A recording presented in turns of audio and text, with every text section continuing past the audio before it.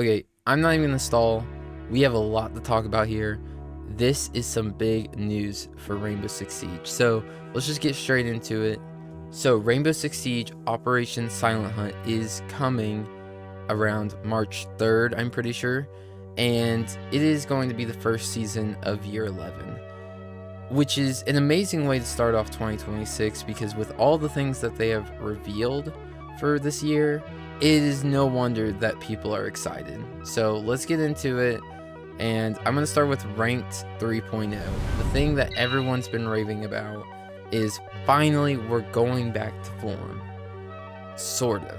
With this new ranking system, there's going to be no more hidden MMR, and you will stay in your ranking pool. That is the best thing we could have asked for.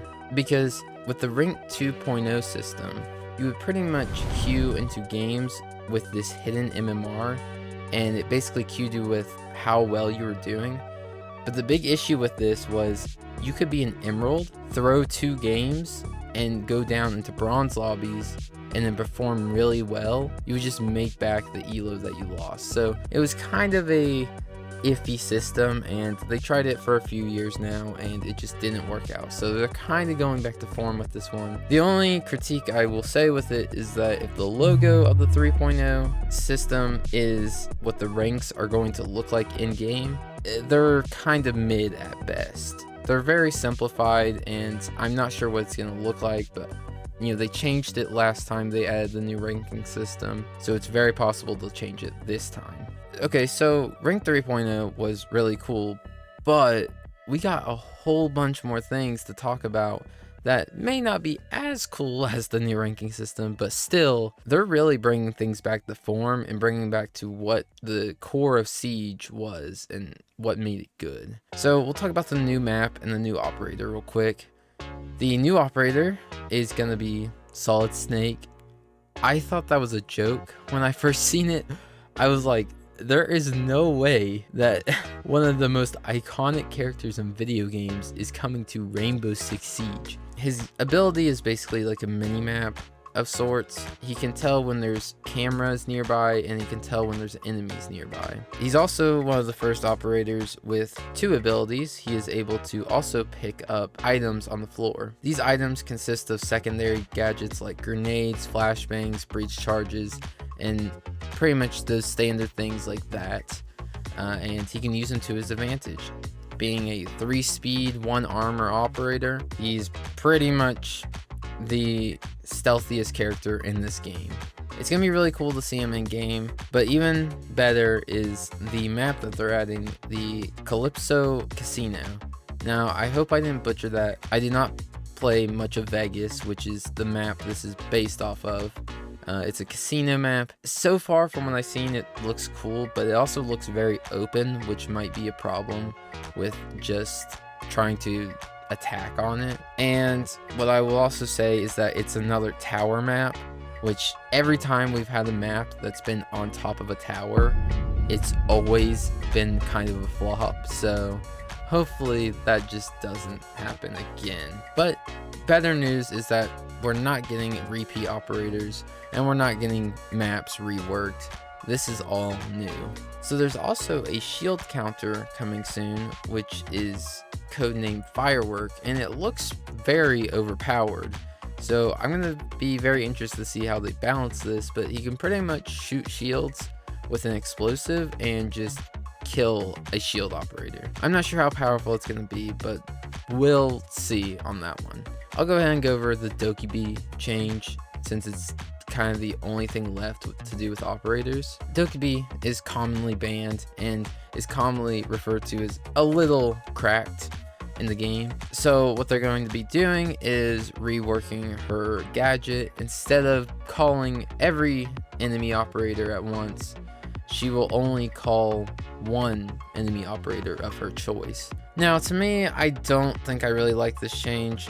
I know a lot of people had problems with Dokkaebi and she gets banned very often, but I don't think I really ever had a problem with her gadget. It was just her loadout that was really overpowered in my opinion, especially on PC. But I don't know, I've never really ran into the issue with her gadget because I would just turn it off and then rotate around to a different area. So let's talk about the game modes and different changes to the game itself. We are saying goodbye to Dual Front. I know, everyone's so sad. I actually recorded a video for Dual Front. I don't even know if I ended up uploading that just because of how unenjoyable Dual Front was. Now, it wasn't the worst thing in the world. Obviously, when I gave it a try, I thought it was better than what I thought it would be. But I had only played Dual Front once in the entirety of its release. But we're getting a new game mode, the 1v1 arcade. This looks dope. I mean, the menu screen that they showed, I hope is actually in the game where you're like in this arcade room, because it looks sick. They are going to be implementing this 1v1 mode, which, by the way, in Siege is an amazing idea because it kind of brings back the thing that we lost so many years ago, and that was just being able to join random custom games. Now, this still isn't the same thing, but at least it kind of feels like a custom game in a way. I don't know if you're going to be able to choose your map or how it's going to work, but the idea is really cool, and I think it could be a whole different competitive field because 1v1s are a lot different than 5v5s is what I've learned, at least over the years. So it could be really cool to see this implemented, and I can't wait for that. That just sounds awesome. And with these changes to how we play, a little friend will be returning after many years. A few years ago, we saw the removal of hostage mode.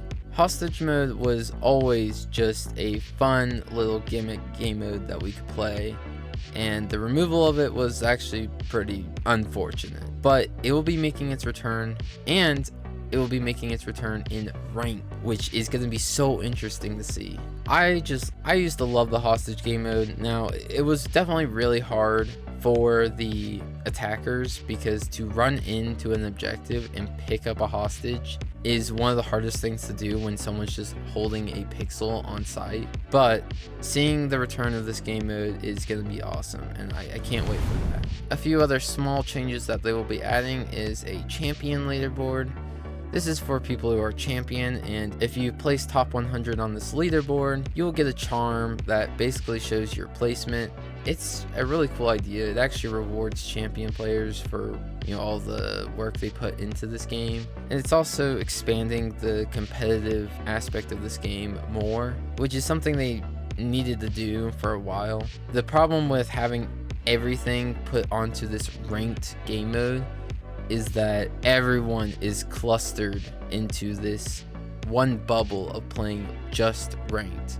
But now we have the 1v1 arcade people will going to, and we have this champion leaderboard people will going to, so it really expands it out more. We also can see that there's going to be a new friends menu, which is unbelievably helpful. I cannot tell you how many issues I've had with the Ubisoft Play system. Trying to invite my friends to a game or trying to get in a lobby with my friends would be the most impossible task sometimes. I mean, it would literally be impossible, and we would just have to wait. And finally, another smaller change to the game will be the Black Ice variants. To me, is a really cool idea. I know it can ruin the core of what made Black Ice is it was the most sought after skin, and it still is the most sought after skin, besides maybe some rare ones from 2015. I think they could do this well, depending on how good the art actually is. Like, if the skins look good with color variants, then that will be very cool. But, you know, they could also screw it up and ruin what Black Ice was. So that's pretty much all the major things we have seen through this new operation, and I mean, that is just the surface level of what they gave us. I could not fathom what they might have in store for us this year. I doubt Ubisoft could screw this up. It would be so hard for what they presented us to screw it up. I mean, even Jinxie, the guy who quit the game because they made it free to play, came back to make an update video on this operation. That is how good it is looking. This could quite literally be the best year of Siege ever. I mean, I'm talking ever. because of all the good things that they're adding and all the things that they're fixing and the things that we didn't want that they're removing. They're not only bringing Siege back to its former self, they are adding stuff that the community actually wants. The 1v1 arcade, it's gonna be so cool. Champion leaderboard, that sounds awesome. Hostage game mode coming back, finally. Over the years with Siege and pretty much any video game, my only issue with them was when they changed something that was the core of the game, you know? They changed something that people actually liked about the game. Adding bad features is not a problem to me. Something like Dual Front. I never really cared for it because it didn't affect the core game that I enjoyed. It was just something added on. But then they'll do changes like a rework of House or a rework of another map that I like. And that's when it becomes an issue. Overall, it's just really great to see these changes be added. You know, we haven't got this many great announcements from Ubisoft in a long while. I'm glad to see that they're starting to listen to the community and starting to add things people do want.